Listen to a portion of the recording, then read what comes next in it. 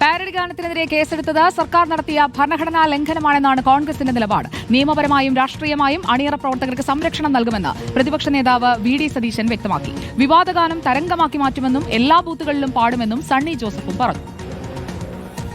ഇത് ഇടതുപക്ഷ ഗവൺമെന്റ് അല്ല, ഇത് തീവ്ര വലതുപക്ഷ ഗവൺമെന്റാണ്. ഒരു പാട്ട് പോലും കേട്ടാൽ ഇവരെ അസ്വസ്ഥരാകും. ഫണ്ടമെന്റൽ റൈറ്റ് 19(1) ലംഘിക്കുന്ന നടപടിയാണ്. Freedom of speech and expression ആണ്. എം സ്വരാജ് അയ്യപ്പന്റെ വിവാഹം മാളികപ്പുറത്ത് അമ്മയായിട്ട് കഴിഞ്ഞു എന്ന് പറഞ്ഞപ്പോ ഈ രാജു എബ്രഹാമിന് വ്രണപ്പെട്ടില്ലേ? പിണറായി വിജയനും എം സ്വരാജും എല്ലാം സ്ത്രീ പ്രവേശന കാലത്ത് നടത്തിയ പ്രസ്താവനകളൊന്നും ആർക്കും വ്രണപ്പെട്ടില്ല അല്ലെ? ഇതൊക്കെ അസഹിഷ്ണുതയുടെ പര്യായങ്ങളാണ്. അധികാരത്തിന്റെ അഹങ്കാരം ബാധിച്ച് ആരും എതിർക്കാൻ പാടില്ല. പേടിപ്പിക്കൊന്നും വേണ്ട, കേസെടുത്ത് പേടിപ്പിക്കൊന്നും വേണ്ട. ഞങ്ങൾ നിയമപരമായി നേരിട്ടോളാം, രാഷ്ട്രീയമായി നേരിട്ടോളാം.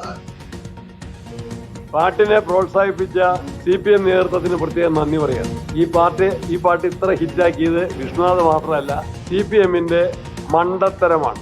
ഏതായാലും അവർക്ക് വൈകിയാണെങ്കിൽ പോലും അവർക്ക് സൽബുദ്ധി ഉദിച്ചു എന്ന് മനസ്സിലാക്കുന്നു. ഞങ്ങൾ കോൺഗ്രസിന്റെ എല്ലാ ബൂത്ത് കമ്മിറ്റികളും ചേർന്ന് ഈ ഗാനം ആലപിക്കും.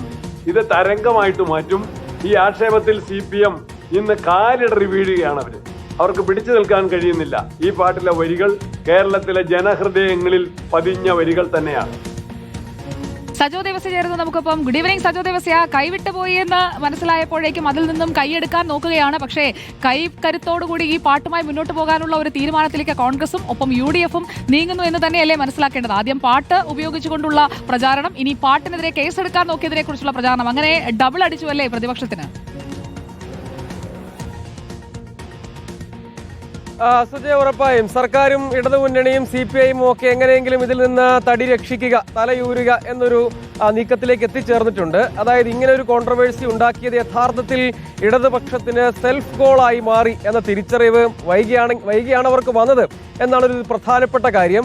അത് തുടർന്ന് അങ്ങോട്ടേക്ക് ഇനിയിപ്പോൾ കോൺഗ്രസ് പ്രഖ്യാപിച്ചത് ഇന്ന് തന്നെ എറണാകുളത്തിന്റെ വിവിധ നഗരങ്ങളിൽ വിവിധ ബൂത്ത് കമ്മിറ്റികളുടെയും വാർഡ് കമ്മിറ്റികളുടെയും ഒക്കെ നേതൃത്വത്തിൽ ഈ പാട്ട് ആലപിച്ചുകൊണ്ടുള്ള സംഗമങ്ങൾ ഒരുക്കിയിട്ടുണ്ട്. ഇത് തന്നെ ഒരു പ്രധാനപ്പെട്ട ക്യാമ്പയിൻ, അതായത് UDF-ന്റെ അടുത്ത നിയമസഭയിലേക്ക് ക്യാമ്പയിന്റെ കുന്തമുന എന്നത് ഈ വിഷയമായി മാറി, ഈ പാട്ട് തന്നെയായി മാറി. അതിന്റെ കണ്ടന്റ് നേരത്തെ തന്നെ അവർ ആയുധമാക്കിയതാണ്. പക്ഷേ അത് തന്നെ ആയി മാറുന്നു എന്നതാണ്. അത് LDF ഇടത് സർക്കാർ തന്നെ അതിനൊരു അവസരം താലത്തിൽ വെച്ചു കൊടുക്കുന്നത് പോലെ ആയിപ്പോയി എന്ന തിരിച്ചറിവ് ഉണ്ട്. അതുകൊണ്ടാണ് ഈ U-ടേൺ കേസ് പിൻവലിക്കലൊക്കെ. പക്ഷെ അതുകൊണ്ട് വിവാദങ്ങൾ തീരുമോ എന്നതൊരു പ്രധാനപ്പെട്ട കാര്യമാണ്.